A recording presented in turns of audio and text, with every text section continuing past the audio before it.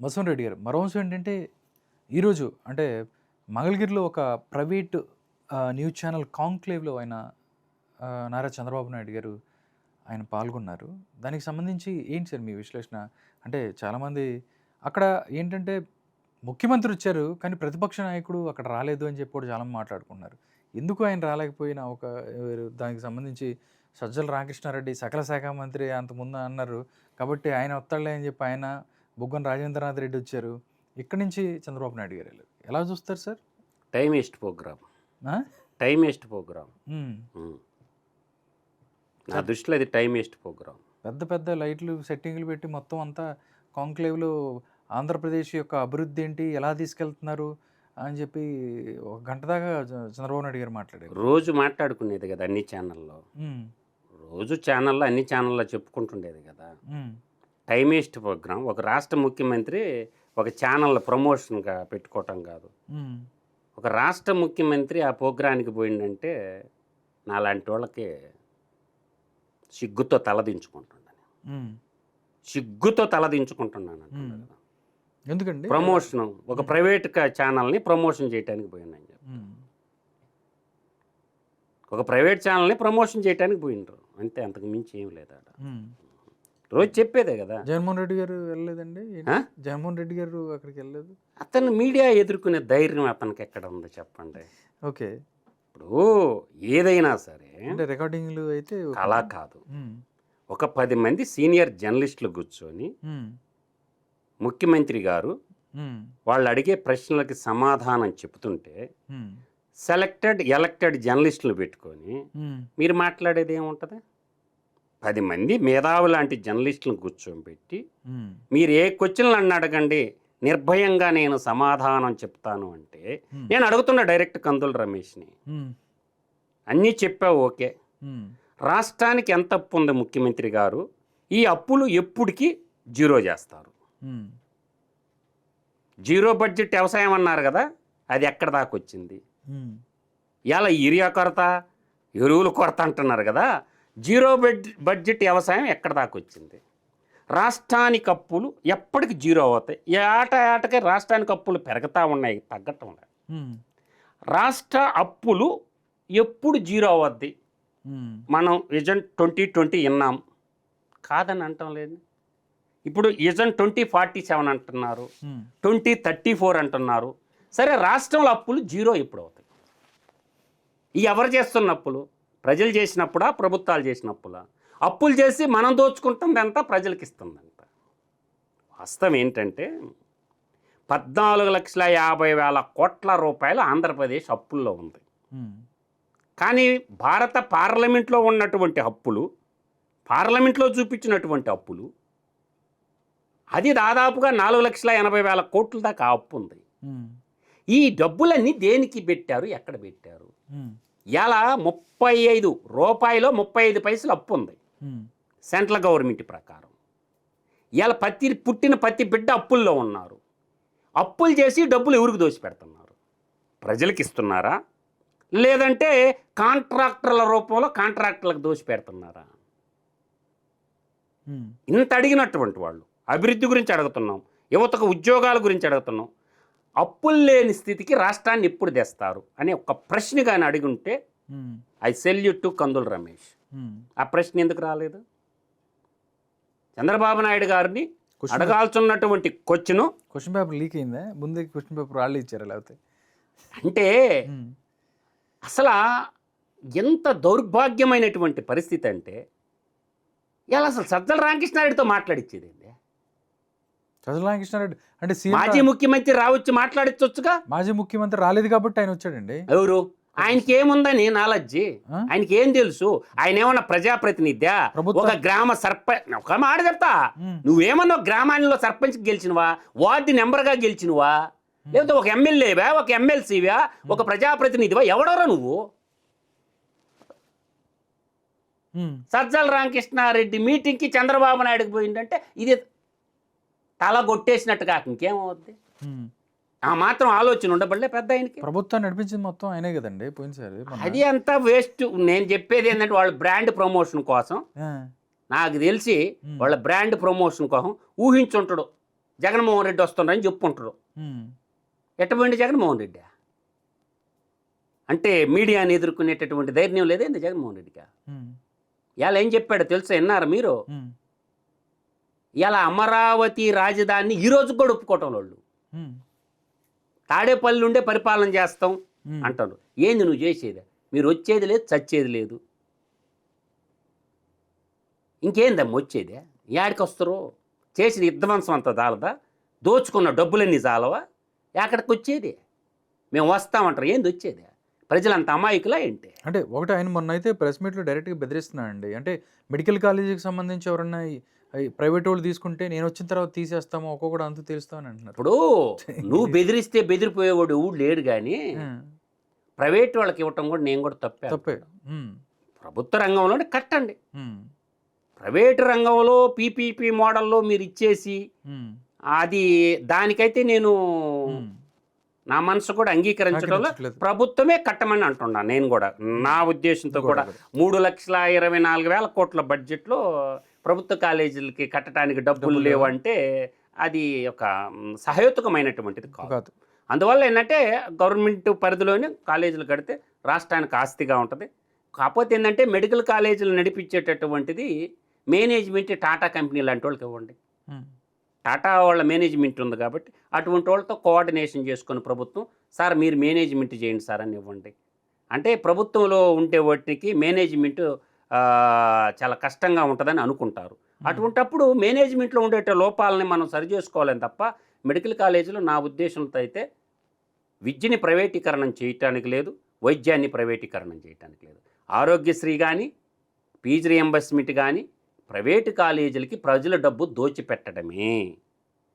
ఏంటంటే విద్య ద్వారా ప్రపంచంలో ఎక్కడికి పోయినా సరే మనం ఉద్యోగాలు సంపాదించుకోవచ్చు అని అనుకుంటారు, కానీ ప్రపంచం ఇవాళ ఆస్ట్రేలియాలో ఏమవుతుందో చూడండి, అమెరికాలో ఏమవుతుందో చూడండి, కెనడా, ఐర్లాండ్, తర్వాత మీకు చాలా యూరప్ దేశాల్లో వెళ్ళిపోండి మా దేశాలు వదిలిపెట్టని చెప్పి నినాదాలు వస్తున్నటువంటి సందర్భం. అందువల్ల స్వరాష్ట్రం సమృద్ధిగా ఉండాలంటే మనమే కంపెనీలు ఏర్పాటు చేసుకోవాలా, మనం ఎక్స్పోర్ట్ చేసే స్థాయికి మన దేశం ఎదగాల, మన రాష్ట్రం ఎదగాల.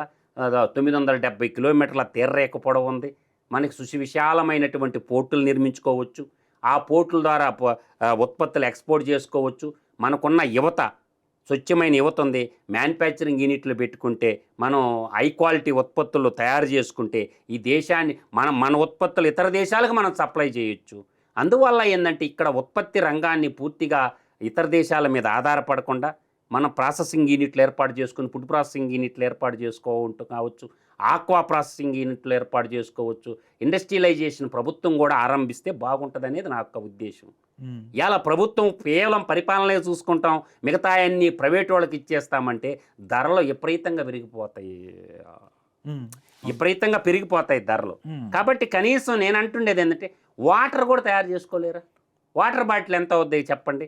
ఇవాళ సెక్రటేటర్లో వాటర్ బాటిల్ బిల్లు బయట పెట్టమని సీఎంఓ చీఫ్ సెక్రటరీని, ఏమొద్దు సెక్రటేటర్లో chief secretary water bottle bill బయట పెట్టమని చాలండి, కళ్ళు బైర్లు గమ్మేటటువంటి డబ్బు బయటకు వస్తుంది.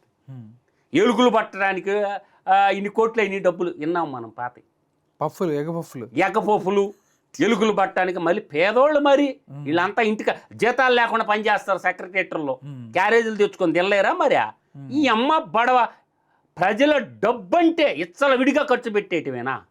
యాళ్ళు రూపంలో కొట్టేస్తుంటారు, ఈ స్నాక్స్ రూపంలో కొట్టేస్తుంటారు, విగ్రహాల రూపంలో కొట్టేస్తుంటారు, శాలవాల రూపంలో కొట్టేస్తుంటారు. సర్వం కనీసం నాగార్జున సాగర్ డ్యాములో నీళ్లు ఉన్నాయి, మనకు డ్యాముల్లో పుష్కలం ఇన్ని వేల టీఎంసీ నీళ్లు ఉంటే వాటర్ బాటిల్ తయారు చేసుకోలేమా? నాకు చెప్పండి.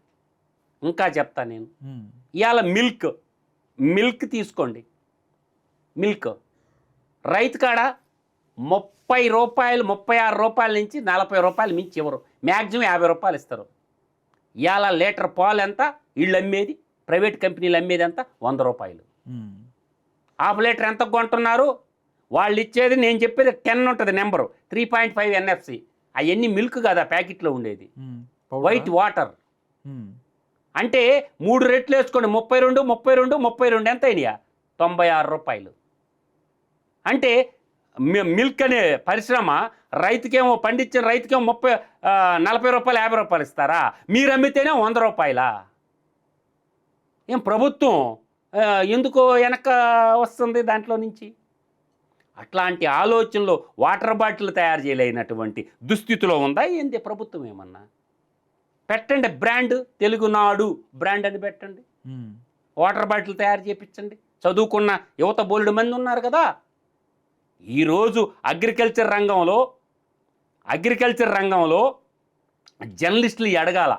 రేషన్ బియ్యం ఉంది, అవును రాధాకృష్ణ గారు, 43 రూపాయలు 50 పైసలు ఇస్తారు. అర్థమవుతుందా? నేనేమంటున్నానంటే ఒడ్లు కింటాకి మద్దతు ధర ఎంత? 2230 రూపాయలు ఎంత ఉంది ఎంఎస్పి. అంటే కింటా అంటే ఎంత? 100 కిలోలు. ఓకే, అంటే మీకు 4 భాగాలు చేయండి దాన్ని. మనకు దాదాపు 1800 రూపాయలు పడుతుంది ఒక బస్తా. బస్తా అంటే 75 కిలోలు. 75 ఎంత అయింది? 150 కిలో. 150 కిలోలు ఒడ్లు రైస్ మిల్లులు వేస్తే బియ్యం అవుట్పుట్ ఎంత వస్తుందో చెప్పరానేనా? 114 కేజీలు అవుట్పుట్ వస్తుంది. ఆ పొట్టు తౌడు తీసుకుంటాడు, ఫ్రీగా మిల్లింగ్ చేసిస్తాడు. అంటే నీకు ఎన్ని కిలోలు రైస్ వస్తుంది? రౌండ్ ఫిగర్ వేసుకో రాధాకృష్ణ, నూకలు 100 కిలోలు రౌండ్ ఫిగర్ వేసుకో. నీకు ధర ఎంత పడింది? 3600. నువ్వు కొనేది ఎంత? 2000. నువ్వు కొనింది ఎంత అవుతుంది? 43 రూపాయలు 50 పైసలు పడుతుంటే నీకు ఒరిజినల్ తినే రైసు 36 రూపాయలు పడుతుంది. 2 కట్ల రైతుల కాడ ఒడ్లు కొనేసి సోనా మసూరి, బీపీటీలు ఆ పేదలకి ఒడ్లు ఇచ్చేసింది డైరెక్ట్గా, రైతు టు పేదలకి అయిపోయా. దీనికి రేషన్ మాఫియా ఎందుకు ఎంటర్ అవుతుంది? 2 కట్ల ఒడ్లండి. అర్థమవుతుందా? కుటుంబానికి 6 కట్ల ఒడ్లు ఇచ్చేసేయండి. ఆ ఒడ్లు అమ్ముతారా నాకు చెప్పండి? ఎంత డబ్బు వస్తుంది రైతుకి? ఒక విధంగా రేషన్ మాఫియాకి ప్రోత్సహిస్తుందే ప్రభుత్వం. 10 రూపాయలకి పల్లెల్లో ఆ బియ్యం అమ్మేస్తున్నారు. ఆ అవకాశం ఇస్తుండేది. ఏటా 8000 కోట్ల స్కామ్ అది. 8000 కోట్ల స్కామ్ అంటున్నా కదా నేను. అంటే నువ్వు ఈ విధంగా స్కాములకి ఆస్కారం ఎవరిస్తున్నారు? రైతు దగ్గర ఒడ్లు సేకరిస్తావు కదా, బీపీటీలని, సోనా మసూర్ అని, ఆ ఒడ్ల రైతులకు ఇచ్చేసేయండి డైరెక్ట్గా, వాళ్ళే మిల్లు కాడించుకుంటారు. ఆయన రేటు కూడా నేను చెప్పినట్టు తగ్గిపోయింది కదా రాధాకృష్ణ గారు. 36 రూపాయలు పడుతుంది కేజీ బియ్యము. ప్రశాంతంగా తింటారు కదా. పేదలకి బియ్యం ఒడ్లు రూపంలో ఇచ్చేసేయండి. ఒడ్లు అయితే ఎవరు కొంటారు? బియ్యం అయితే ఎక్స్పోర్ట్ చేసినావు, ఒడ్లు ఆడిగిపోతాయి. ఉంచుకోరా? పంచాయతీలకు ఇచ్చేసాయి పవరు, స్టాక్ పెట్టుకుంటారు. ఒకవేళ కట్టండి ఒడ్లు ఆడిపోయింది, ఎవడికి ఎన్ని ఒడ్లు వస్తాయి అన్ని ఒడ్లు ఇచ్చేసేయండి. ధర తక్కువ పడుతుంది, రైతులు బాగుపడతారు. ఈ కదా జర్నలిస్టులు అడగాల్సిన క్వశ్చన్లా. డోలు కొట్టేయా? హౌసింగ్ స్కీమ్ ఉంది. హౌసింగ్ స్కీము పంచాయతీ గ్రామ సర్పంచ్కి ఇచ్చేస్తే 29 గ్రామ పంచాయతీ అధికారాల్లో అదొక అధికారం. డైరెక్ట్ సర్పంచ్కి ఇచ్చేసే డబ్బులు. ఇంటికి 5 లక్షలు చొప్పున బాబు ఇల్లు కట్టి హ్యాండ్ ఓవర్ చేసేస్తాడుగా. క్వాలిటీ కంట్రోల్ చెక్ చేసుకోండి. అర్థమవుతుందా నేను చెప్పేదే? ఇటువంటిది కదా అడగాల్సి ఉంది. ఏదైనా జర్నలిజంలో ఉన్నప్పుడు జర్నలిజం చచ్చిపోయింది, ఎక్కడా లేదు. మిగిలింది 2 నిజాలు. ఒకటి క్యాపిటలిజం, ఇంకో టూరిజం అని అంటవా కాదంటవా? నేను అనే వ్యాలిడ్ పాయింట్ ఏంటంటే అడగాల్సిన క్వశ్చన్లు అడగకుండా ఇలా రాష్ట్ర బడ్జెట్లో అప్పులు వాటా ఎంత, కమిటెడ్ బడ్జెట్ అంటారు. అడిగిండా కందుల రమేష్ కమిటెడ్ బడ్జెట్నా? కమిటెడ్ బడ్జెట్ అంటే ఏంది చెప్పనా? శాలరీలు, పాత ఈఎంఐ ప్లస్ ఇంట్రెస్టు ప్లస్ ఉద్యోగస్తుల పెన్షన్స్, సామాజిక పెన్షన్స్ అని చెప్పటంలా నేను. అర్థమవుతుందా? సామాజిక పెన్షన్స్ గురించి నేను మాట్లాడటంలా. కమిటెడ్ బడ్జెట్ అంటారు. సార్ ముఖ్యమంత్రి గారు 2025-26 కమిటెడ్ బడ్జెట్ ఎంత సార్ అని అడగాల. కమిటెడ్ బడ్జెట్ అంటే ఏంది? ఆ బడ్జెట్ అడుగుంటే అర్థమైపోయేది. కమిటెడ్ బడ్జెట్ గురించి అడుగుంటే కమిటెడ్ బడ్జెట్ ఎంత? ఇలా 50% కమిటెడ్ బడ్జెట్లో ఉంది. ఇంకా 50% నిధులతో సంక్షేమం ఏం చేస్తావు, డెవలప్మెంట్ ఏం చేస్తావు నువ్వు? అంటే మీరు ఈ కమిటెడ్ బడ్జెట్ అంటే ఏదో చెప్పనా? ఎంప్లాయీసు, ప్రభుత్వ ఎంప్లాయీసు పాత అప్పులకి ఈఎంఐలు వడ్డీలు 50% పోతుంది. ఇంకా మిగతా అంటే మీ 12 లక్షల కుటుంబం అంటే ఎమ్మెల్యేలు, ఎమ్మెల్సీలు, హైకోర్టు జడ్జీలు, గవర్నరు, ప్రభుత్వ అధికారులు, అనధికారులు, మీరు మొత్తం తినేస్తే 50% బడ్జెట్, మిగతా 50% 5 కోట్ల ప్రజలు మీకు మిమ్మల్ని సాక్కుంటారు. 5 కోట్ల మంది. ఎంత దారుణంగా బడ్జెట్ అనే బడ్జెట్లో అంకెలు చూస్తే తెలుస్తాయి మనకి రాధాకృష్ణ గారు. కమిటెడ్ బడ్జెట్ నేను చెప్తున్నా కదా. ఇవాళ పయ్యావులు కేసు పెట్టినటువంటి బడ్జెట్లో 3,24,000 కోట్ల బడ్జెట్లో 1,70,000 కోట్లు మీరే తినేస్తే రాష్ట్రాన్ని ఎవరు అభివృద్ధి చేసుకోవాలా? మళ్ళీ సంక్షేమ పథకాలకు ఇచ్చేస్తానంటివి. ఇంకేడందా డెవలప్మెంట్కి ఫండ్? అప్పు చేసి పప్పు కూడు తినకూడదు. ఒక జర్నలిస్ట్ అనేవాళ్ళు ఎలా ఉండాలా? బుల్లెట్ లాంటి క్వశ్చన్లు వేయాలా? చిన్న చిన్న బిల్లులు రాక అల్లాడిపోతారు చాలామంది ప్రజలు. ఆ బిల్లుల గురించి అడగలేదే సార్. 14-19 మధ్యలో నీరు చెట్టు కింద డబ్బులు ఇవ్వాల్సిన చాలా బిల్లులు ఉన్నాయి సార్. కోర్టుకు పోతే కానీ మీరు బిల్లులు ఇవ్వటం లేదంట. ఏంటి సార్ ఈ దుస్థితి? నడకపోయినవా? 14-19లో నీరు చెట్టు కింద ఇవ్వాల్సిన బిల్లులు జగన్మోహన్ రెడ్డి ఇవ్వాల. కోర్టుకు పోయినారు. కోర్టుకు పోయి కోర్టు పిలుస్తుంటే కానీ డబ్బులు ఇవ్వడం వల్ల అంటే ఎక్కడుంది పరిస్థితి? ఇవాళ అమరావతిలో వర్కలు ఇచ్చావు. అమరావతిలో వర్కలు ఇస్తే ఎవరు చేస్తున్నారా వర్కలు? మొత్తం సబ్ కాంట్రాక్టర్లకు ఇచ్చేశారు. అంటే అదే ఆ సబ్ కాంట్రాక్టర్కి ఇస్తే వాళ్ళే కట్టపోయిర్రా. అంటే ఈయనకి ఇచ్చా వాడు ప్రశాంతంగా నాకు 8% 10% చాలరా, మిగతాదంటే 10% ఆడే కొట్టేశారు కదా మెయిన్ కాంట్రాక్టర్లా. అంటే చిన్న చిన్న చిన్న విభాగాలుగా చిన్న చిన్న చిన్న వర్కలుగా ఇచ్చుంటే వాళ్ళే కట్టేవాళ్ళు కదా, మనోళ్ళే కట్టేవాళ్ళు కదా. అమరావతిలో చేస్తుండేదంతా సబ్ కాంట్రాక్టర్లు. ఆ సబ్ కాంట్రాక్టర్ లిస్టు బయట పెట్టండి ఎవరో, అది అడగాల్సి ఉంది సార్. మెయిన్ కాంట్రాక్టర్లు పనిచేయటం లేదంటగా సార్. ఆ సబ్ కాంట్రాక్టర్లు ఎవరు సార్? అమరావతిలో మౌత్ పెట్టుకుంటే పనిచేసేవాళ్ళు ఎవరు తేలిపోద్దిగా అందరికీ. అందువల్ల ఏంటంటే రాష్ట్రాన్ని ఏ విధంగా అభివృద్ధి చేస్తారు, రాష్ట్రాన్ని ఏ విధంగా ముందుకు తీసుకుపోతారు. ఇవాళ భూములు ప్రైవేట్ వాళ్ళకి రిజిస్ట్రేషన్ చేస్తారా, లీజుకి ఇస్తారా, అమ్ముతారా అని అడగాలిగా. ప్రైవేట్ల కంపెనీలకి భూములు రిజిస్ట్రేషన్ చేస్తారా, లీజుకి ఇస్తారా అని అడగొచ్చుగా. లీజుకి ఇస్తే ఎన్ని సంవత్సరాలకి ఇస్తారు? ఎట్లా ఇస్తారండి 99 సంవత్సరాలకు లీజుకి? నువ్వు ఫస్ట్ ఒక 33 సంవత్సరాలకు లీజుకి నడుస్తుందో లేదు బాబు. నీ కంపెనీ కానీ ఎప్పుడు నడవకపోతే, ఎప్పుడు ఎంప్లాయ్మెంట్ ఇకపోతే, 2 సంవత్సరాల్లో ఎంప్లాయ్మెంట్ ఇకపోతే నీకు ఇచ్చిన భూములు రద్దు, మళ్ళీ ఫైన్ కూడా వేస్తాం, నాన్ బెయిలబుల్ కేసు కూడా పెడతాం. సెక్షన్ పెట్టారా? ఒక కంపెనీ అనేది ఒక ప్రాజెక్ట్ రిపోర్ట్ కింద భూమి తీసుకున్నప్పుడు ఆడ కంపెనీ పెట్టకపోతే 2 సంవత్సరాలలో లేకపోతే 3 సంవత్సరాలు పెట్టి అనుకున్న ప్రకారం ఎంప్లాయ్మెంట్ క్రియేట్ చేయకపోతే నీకు నాన్ బెయిలబుల్ కేసు పెడతాం, నీ మీద పెనాల్టీ వేస్తాం అని చెప్పారు. అడిగారా? అంటే నయా భూస్వామి వ్యవస్థకి ఎవరు బాటలేస్తున్నారు? ఇండోసోల్కి 8,600 ఎకరాలు ఎలా కేటాయిస్తున్నారు సార్ మీరు? ఏ ప్రాతిపదికన కేటాయిస్తున్నావు? ఎన్ని ఉద్యోగాలు కల్పన చేస్తున్నారు? ఒక కరేడ్ అనే రెవెన్యూనే ఎత్తేస్తుండవే. ఏంది సార్ దీని కథ అని అడిగిండా? ఇలా ఉంటుందన్నమాట. ఇలాంటి బుల్లెట్ లాంటి క్వశ్చన్లు వేయాలి. విజన్ డాక్యుమెంట్ గురించి 2047కి సంబంధించి ప్రజలు ఇచ్చింది 5 సంవత్సరాలకు అధికారం. దీర్ఘకాలిక ప్రణాళికలు ఉండాలని కాదనలా. ఆయన 5 సంవత్సరాలు ఇచ్చినా కానీ 2020 నేను చేశాను విజన్ డాక్యుమెంట్ తీసుకుని అదే అంటారు. విజన్ డాక్యుమెంట్ ఎవరు చేసింది అందరికీ తెలుసు. డాక్యుమెంట్ తయారు చేసినంత మాత్రాన ఫలితాలు రావు. మనకు ఆలోచనలు దీర్ఘంగా ఉంటాయి. అంటే 2047 నాటికి స్వాతంత్రం వచ్చి 100 సంవత్సరాలు అవుతుంది భారతదేశం. ఇప్పుడు ఇవన్నీ ఎట్టుంటాయంటే హైదరాబాద్ అవుటర్ రింగ్ రోడ్ లాగా ఉంటాయి. ఇవన్నీ హైదరాబాద్ అవుటర్ రింగ్ రోడ్ లాగా ఉంటాయి.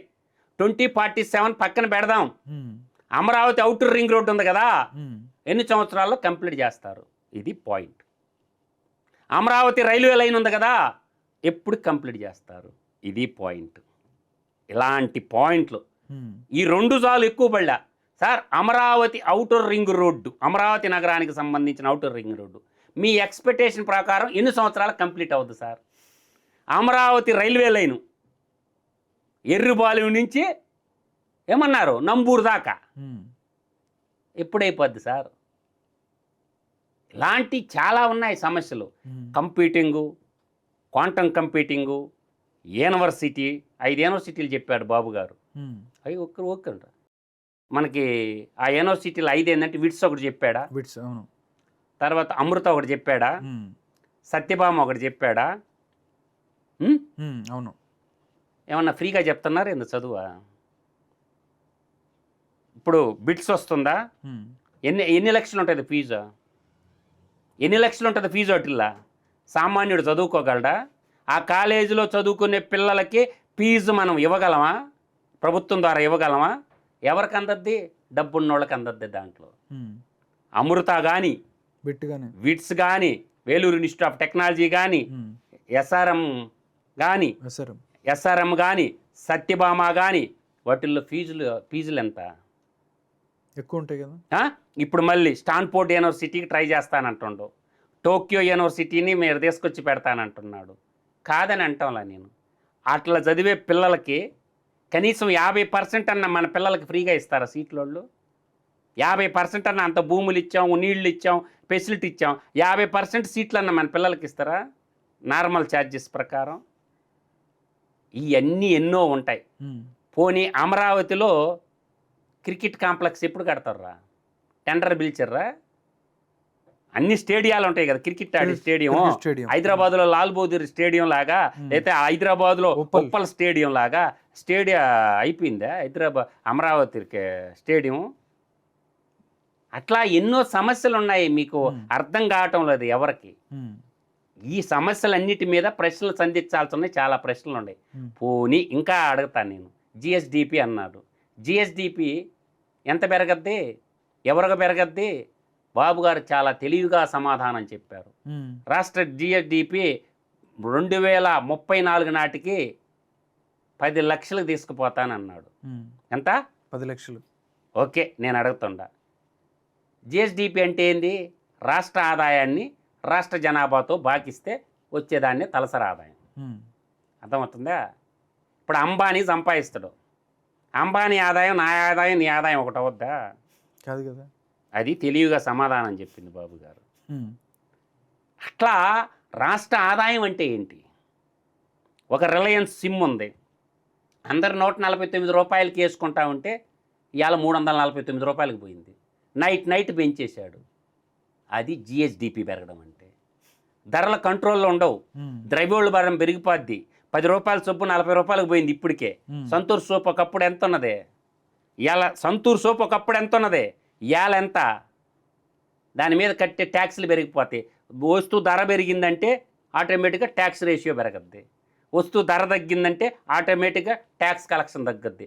ఎవరన్నా సరే నిత్యావసర వస్తువుల ధరలు మేము తగ్గిస్తామని చెప్తున్నారు, ఇవాళ చెప్పరు. ప్రతి నిత్యం పెస్టిసైడ్స్ ధరలు ఎందుకు పెరుగుతున్నాయి సార్ అని అడిగారా? పెస్టిసైడ్స్ ధరలు అడగాలి కందుల రమేష్ గారు. కంట్రోలింగ్ ఆఫ్ ప్రైస్ ఎవరిని ధర నిర్ణయిస్తున్నారు సార్ పెస్టిసైడ్స్కి? కేంద్ర ప్రభుత్వం నిర్ణయిస్తుందా, రాష్ట్ర ప్రభుత్వం నిర్ణయిస్తుందా అని అడుగుతారు. పెస్టిసైడ్స్ ధర ఎవరు నిర్ణయిస్తున్నారు? ఎవరు నిర్ణయిస్తున్నారు పెస్టిసైడ్స్ ధర? Pricing policy.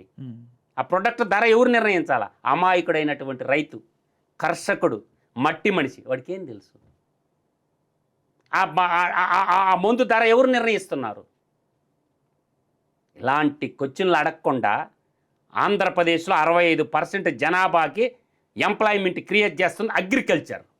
అగ్రికల్చర్లో మనం ఎంత దూరం వచ్చినాం? ఫుడ్ ప్రాసెసింగ్ యూనిట్లు ఎన్ని పెట్టాం? టమాటాలకు సంబంధించింది, పపాయా పండిస్తారు, ఏరుశనగ యూనిట్లు ఉన్నాయి. ఇలా మనకి ఏరుశనగ రాయలసీమలో అధికంగా పండిస్తారు. ఇవాళ సన్ఫ్లవర్, గ్రౌండ్ నట్ ఆయిల్ ప్యాకెట్లు ఎన్ని వచ్చినాయి? ఫుడ్ ప్రాసెసింగ్ యూనిట్లు ఎన్ని పెట్టారు? వేర్ హౌస్ గోడౌన్లు ఎన్ని కట్టారు? ఎప్పుడు కడతారు? ఇంకా టైం ఉంది కదా, ఎప్పుడు కట్టిస్తారు? ఇట్లాంటి ఇవాళ గోదావరి జిల్లా తీసుకున్న మనకి పంట కాలువల మీద పంట కాలువలు దాటడానికి కలవట్లు లేవు రైతులకి. పొలాల్లోకి బాటలు ఎప్పుడేస్తారు? ధాన్యాన్ని తెచ్చుకుని ధాన్యం కల్లాలు ఎన్ని కట్టారు? ఉన్నాయా ధాన్యం కల్లాలా? రైతులకు సంబంధించినటువంటి విషయాలు ఎన్నో ఉన్నాయి ఆడ పడిపోయి. ఇవన్నీ గత గవర్నమెంట్లో చేయలేదా? ఎంతకాలం నిందిస్తా కూర్చుంటాం? అతని పరిపాలన బాగలేదనే కదమ్మా మీకు పరిపాలన తీసుకొచ్చింది, అనుభవికుడనే కదా మీకు ఇచ్చింది. అతన్ని నిందించుకుంటా కూర్చుంటే ముందుకు పోలేం కదా. అన్నం పెట్టేవాడిని అడుగుతారు, చేసేవాడిని అడుగుతారు. దుబారా ఖర్చులు మానేసి రాష్ట్ర సౌరతోముఖ అభివృద్ధికి కష్టపడుతుండే బాబు గారు కష్టపడటం లేదు నేనంటంలా. మంత్రిమండలి ఏం చేస్తుంది? మీకు భారత రాజ్యాంగం ఏం చెప్పొద్దో తెలుసా? మంత్రిమండలికి బాసు ఎవరు? ముఖ్యమంత్రి. మంత్రిమండలికి బాసు ముఖ్యమంత్రి. అయిపోయిందా ఈ పాయింట్? మంత్రిమండలికి బాసు ఎవరు? ముఖ్యమంత్రి. ముఖ్యమంత్రి. అందరు మంత్రులు గవర్నర్కి చెప్పలేరు కాబట్టి ఈయన కౌన్సిల్ ఆఫ్ మినిస్టర్స్ అంటారు. ఏంది? Council of ministers. Council of మినిస్టర్లో ముఖ్యమంత్రి కూడా ఒక మంత్రి. ఆయన ద్వారా గవర్నర్కి చెప్తారు. ఆయన సలహాలు, ఆయనకి ఏదన్నా అనుమానం వస్తే రాష్ట్ర హైకోర్టు చీఫ్ జస్టిస్ని అడుగుతాడు. న్యాయ వ్యవస్థకు సంబంధించింది ఏదన్నా బిల్లులు పాస్ చేసుకోవాలన్నది. రాష్ట్ర ప్రభుత్వానికి ఎవరిస్తారు? అడ్వకేట్ జనరల్ ఇస్తారు. న్యాయ చట్టబద్ధ సలహాలు రాష్ట్ర ప్రభుత్వం, అడ్వకేట్ జనరల్ రాష్ట్ర ప్రభుత్వం ద్వారా. గవర్నర్ నియమించినా కూడా రాష్ట్ర ప్రభుత్వానికి న్యాయ సలహాదారుడిగా ఎవరు ఉంటారు? అడ్వకేట్ జనరల్ ఉంటాడు. ఇది క్లియరా? ఈ మంత్రిమండలిలో మంత్రులందరికీ సర్వాధికారాలు ఉంటాయి. ముఖ్యమంత్రికి ఒక్కడికే కాదు. మీ శాఖలో ఏదన్నా లోపం ఉన్నప్పుడు మీరు కూడా పోండి గవర్నర్ కాడికి. సార్ మా శాఖలో ఇలా ఉంది సార్ అని చెప్పుకోండి. ఇప్పుడు ఏంటంటే సీఎంఓ ఆఫీసులో ఒక డజన్ మంది కూర్చొని రాష్ట్రాన్ని ఐఏఎస్ ఆఫీసులో రూలింగ్ చేస్తారు, మంత్రులు కాదు. రాష్ట్రాన్ని రూలింగ్ చేసేది, రాష్ట్రాన్ని నడిపించేది పొలిటికల్ ఎగ్జిక్యూటివ్, ఇంకొకటి ఎగ్జిక్యూటివ్ బాడీ. పొలిటికల్ ఎగ్జిక్యూటివ్లు ఆదేశిస్తారు, మామూలు కార్యనిర్వాహక సంబంధించిన ఎగ్జిక్యూటివ్ ఐఏఎస్ ఆఫీసర్లు చేస్తూ ఉంటారు. ఒక డజన్ మంది ఐఏఎస్ ఆఫీసర్ల చేతిలో మన భవిష్యత్తులు ఉన్నాయి. ముఖ్యమంత్రి చేతిలో లేవు, మంత్రిమండలి చేతుల్లో లేవు. వాళ్ళు ఆ ఐఏఎస్ ఆఫీసర్లే చంద్రబాబు నాయుడు గారికి పెద్ద గుదిబండలు. ఎలక్షన్కి ముందేమో కార్యకర్తలను మీరే నా ప్రాణం అంటాడు. ఎలక్షన్లు అయిపోయినాక ముఖ్యమంత్రి సీట్లో కూర్చున్నాక ఐఏఎస్లే నాకు ప్రాణం అంటాడు. ఎలక్షన్లకు ముందేమో కార్యకర్తలే నాకు దేవుళ్ళు, కార్యకర్తలే నాకు శాసనకర్తలు, కార్యకర్తలే నాకు దేవుళ్ళు అని చెప్పి శాసనక మీ మాటే నా మాట అంటాడు. ముఖ్యమంత్రి సీట్లో ఎక్కినాక ఐఏఎస్లే నాకు ప్రాణం, వాళ్లే అన్ని సర్వాధికారం అంటాడు. సమస్య అది చంద్రబాబు నాయుడు గారితో వచ్చిన సమస్య. ఐఏఎస్లు చెప్పిందే అంటారు, ఎమ్మెల్యేలు చెప్పింది ఏంటో, కార్యకర్తలు చెప్పింది ఏంటో, ఎవరన్నా మాలాంటి వాడు చెప్పింది కూడా ఏంటో, మొత్తం ఐఏఎస్లే. వాళ్ళు ముంచితే మళ్ళీ మీరే మాకు దేవుళ్ళు అంటాడు. ఖచ్చితంగా ఐఏఎస్ ఆఫీసర్లు చంద్రబాబు నాయుడు గారిని ముంచేయబోతున్నారు. మేలుకుంటే మంచిది. ఖచ్చితంగా ఐఏఎస్ ఆఫీసర్లు చంద్రబాబు నాయుడిని ముంచబోతున్నారు. ఐఏఎస్లను నమ్ముకుంటే గోయిందా చంద్రబాబు నాయుడు గారు. వాళ్ళు ముంచటం బాగా తెలుసు ఐఏఎస్ ఆఫీసర్లకి. జగన్మోహన్ రెడ్డిని ముంచలా, నిన్ను ముంచరా. అందువల్ల ఏంటంటే ఆ ఐఏఎస్ల మాయలో పడకుండా కార్యకర్తలు చెప్పిన మాటలు కూడా క్రైటీరియాలోకి తీసుకొని రాష్ట్ర సర్వతోముఖాభివృద్ధికి బాటలు వేయమని, రాష్ట్రాన్ని మళ్ళీ మళ్ళీ అసురుల చేతిలోకి పోయిందంటే రాష్ట్ర ప్రజలు అన్యాయం అయిపోతారు. రాష్ట్ర ప్రజలు అందరి తరపున ఏడుకుంటుండా నేను. అసురులు మళ్ళీ కానీ వచ్చారంటే రామరాజ్యం కావాలని కోరుకుంటున్నారు అందరూ, కానీ అసుర రాజ్యం మాకొద్దు, గౌరవ సభ కావాలని కోరుకున్నారు. కౌరవ సభ మాకొద్దు. అది కానీ వస్తే రాష్ట్ర ప్రజలు అన్యాయం అయిపోతారు. కాబట్టి కొంచెం జాగ్రత్తతో ఉండి పరిపాలన చేయండి. వృధా ఖర్చుల్ని తగ్గించండి. ఒక్క మంత్రిలో ఇంకో మంత్రి తలదొరచకండి. ఏ మంత్రిని ఆ మంత్రిని పనిచేసుకొనివ్వండి. అన్నిటికీ నేనేనంటే మాత్రం అది రక్తి కట్టించదు. కార్యకర్తల మాటలు కూడా ఏనండి. 175 మంది ఎమ్మెల్యేలు కాదు ముఖ్యమంత్రి వినాల్సింది. గ్రౌండ్ స్థాయిలో గ్రామీణ కార్యకర్తల కాడి నుంచి కూడా ఈ రాష్ట్రం బాగుపడాలా, ఏం చేస్తే బాగుంటుందని సూచనలు సలహాలు తీసుకోండి. ఆ ఇచ్చే రిపోర్ట్లన్నీ క్రోడీకరించుకోండి. రాష్ట్ర సర్వతోముఖ అభివృద్ధికి బాటలు ఇవ్వమంటుండా నేను. ప్రతి పౌరుడి కాడి నుంచి ఆలోచనలు తీసుకోండి. యూనివర్సిటీ ప్రొఫెసర్లు కాల్ఫర్ చేయండి. ఈ రాష్ట్రం ఏం చేస్తే బాగుపడద్ది, ఈ రాష్ట్రం ఏం చేస్తే అప్పుల నుంచి బయటకు వస్తుంది అందరిని అడగండి. అన్ని యూనివర్సిటీ ప్రొఫెసర్లు అడగండి, లెక్చరర్స్ని అడగండి, టీచర్లను అడగండి, ఒక సలహాలు తీసుకునేదానికి ఒక వ్యవస్థను ఏర్పాటు చేయండి. సామాన్య పౌరుడు కూడా ఇచ్చిన సలహా తీసుకునే తట్టు ఒక వ్యవస్థను క్రియేట్ చేయండి. వాటన్నిటిని కోడీకరించండి అన్ని రంగాల్లో. ఫిషరీస్లో ఏం చేస్తే బాగుంటుంది, ఇరిగేషన్లో ఏం చేస్తే బాగుంటుంది, రోడ్లు ఏ విధంగా అభివృద్ధి చేస్తే బాగుంటుంది, గోడౌన్స్ ఏ విధంగా అభివృద్ధి చేస్తే బాగుంటుంది, రాష్ట్ర సర్వతోముఖాభివృద్ధికి సూచనలు సలహాలు ఇవ్వమని చెప్పి కాల్పర చేయండి యువతకి. ఎన్ని సూచనలు ఎన్ని సలహాలు వస్తాయో అవి తీసుకునే నాదుడే లేరు ప్రభుత్వం కాడ. సూచనలు సలహాలు తీసుకునే నాదుడే లేడు. దానికి ఒక వెబ్సైట్ పరంగా ఏర్పాటు చేయండి. కుప్పలు తెప్పలు వస్తాయి డిపిఆర్లు మీ కాడికి. రాష్ట్ర సర్వతోముఖాభివృద్ధికి ఏం చేయాలో మంచి సూచనలు సలహాలు ఇచ్చేదానికి ఒక వేదిక ఏర్పాటు చేయమంటుండే చంద్రబాబు నాయుడిని. నువ్వు హైటెక్ కదా, డీప్ టెక్ కదా, క్వాంటమ్ టెక్నాలజీ కదా, మరి పెట్టు, ఒక వెబ్సైట్ పెట్టు. ప్రతి ఒక్కరు ప్రభుత్వానికి సూచనలు సలహాలు ఇవ్వండి. యువతను కొంతమందిని యాడ్ చేయండి. మంచి మంచి మేధావులు ఐఐటీలో చదువుకున్న పిల్లల్ని టెంపరవరీగా రిక్రూట్ చేసుకోండి. పెద్ద జీతాలు కూడా వాళ్ళకి ఏం ఇవ్వబడలే, లక్షలు లక్షలు. మొత్తం ఇరిగేషన్లో సలహాలు తీసుకోండి, ఫారెస్ట్ డిపార్ట్మెంట్లో సలహాలు తీసుకోండి, R&Bలో సలహాదారుల ముసుగులో కొంతమంది దేనికి పనికిరాని సలహాదారులను ఆడబెట్టుకుంటే ఉపయోగం ఏంది? అందువల్ల రాష్ట్ర సర్వతోముఖాభివృద్ధికి ఉపయోగపడేటటువంటి పనులు చేయండి. రాష్ట్రాన్ని అభివృద్ధి పదంలో నడిపించండి. అప్పుల నుంచి రాష్ట్రాన్ని విముక్తి చేయమని నేను వేడుకుంటుండా చంద్రబాబు నాయుడు గారు. ఎప్పుడు అప్పులు లేని రాష్ట్రం నేను బతికుండా చూడగలనా అనేది నా యొక్కటి. నేను అప్పులు లేని రాష్ట్రాన్ని ఏ రాజకీయ పార్టీ అయినా ముందుకు రమ్మని చెప్పండి. నేను అప్పులు లేని రాష్ట్రాన్ని నేను తయారు చేస్తానని చెప్పే ధైర్యం ఉన్న దమ్మున్న నాయకుడు కావాలి ఇప్పుడు. అది అసాధ్యం కానే కాదు, అది సాధ్యమైందేను. ఇవాళ క్వాడ్జ రూపంలో బంగారం లాంటి గని ఉంటే అది స్మగ్లర్ చేతిలో పడిపోయి ప్రభుత్వానికి టన్నుకి 5-6 వేలు కూడా రాకుండా 35,000 టన్ను అమ్ముతుంటే అంతర్జాతీయ మార్కెట్లో దుర్మార్గంగా టన్ను 500 రాయల్టీకి ఇస్తున్నారు.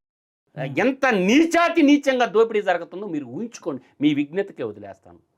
రాష్ట్రంలో ఉన్నటువంటి ఎన్నో రకాలుగా సంపాదించవచ్చు, అన్ని వనరులు ఉన్నాయి. అందువల్ల అన్ని వనరులు ఉన్న అల్లుడు నోట్లో శని ఉన్నట్లు రాష్ట్రానికి పట్టిన దౌర్భాగ్యం ఏంటంటే రాధాకృష్ణ గారు, అటవీ ద్వారా కొన్ని వేల కోట్లు సంపాదించవచ్చు, మినరల్స్ ద్వారా కొన్ని వేల కోట్లు సంపాదించవచ్చు. అందువల్ల ఇవన్నీ వదిలేసి నేను చెప్పిన నీళ్ల వల్ల డబ్బులు సంపాదించవచ్చు. నీళ్ళ వల్ల ఏం కిల్లి ఓడితే కోకోకోలా ఓడ తయారు చేసినంత మాత్రాన్ని వాటర్ బాటిల్ మనం తయారు చేయలేమా? అట్లా ఎన్నో రకాలుగా మనం ఫుడ్ ప్రోడక్ట్స్ ప్రాసెసింగ్ యూనిట్స్ మన బ్రాండ్ మీద ఒక్క ఫుడ్ ప్రోడక్ట్ ఇండస్ట్రీ చెప్పండి ఏపీ బ్రాండ్ మీద. ఏమ్మా బడ పల్లీలు తయారు చేసి చిక్కీలు తయారు చేసుకోలేమా? ఆడవాళ్ళు శుభ్రంగా బెల్లం, అనకాపల్లి బెల్లం, రాయలసీమ పల్లీలు, ఏరుశెనగ గుళ్ళు కలిపితే చిక్కీలు తయారు కావా? వాటికి కూడా ఇంటర్నేషనల్ కంపెనీలు కావాల్సిండే మనకి. అందువల్ల ఏంటంటే రాష్ట్ర సర్వతోముఖాభివృద్ధికి ఉపయోగపడే ఆలోచనలు ప్రజలందరి దగ్గర తీసుకోమని చెప్తుండ, భేషజాలకు పోకుండా. ప్రజల డబ్బు రూపాయి కూడా అనవసరంగా ఖర్చు పెట్టొద్దు అనేది నా యొక్క సందేశం అన్నమాట.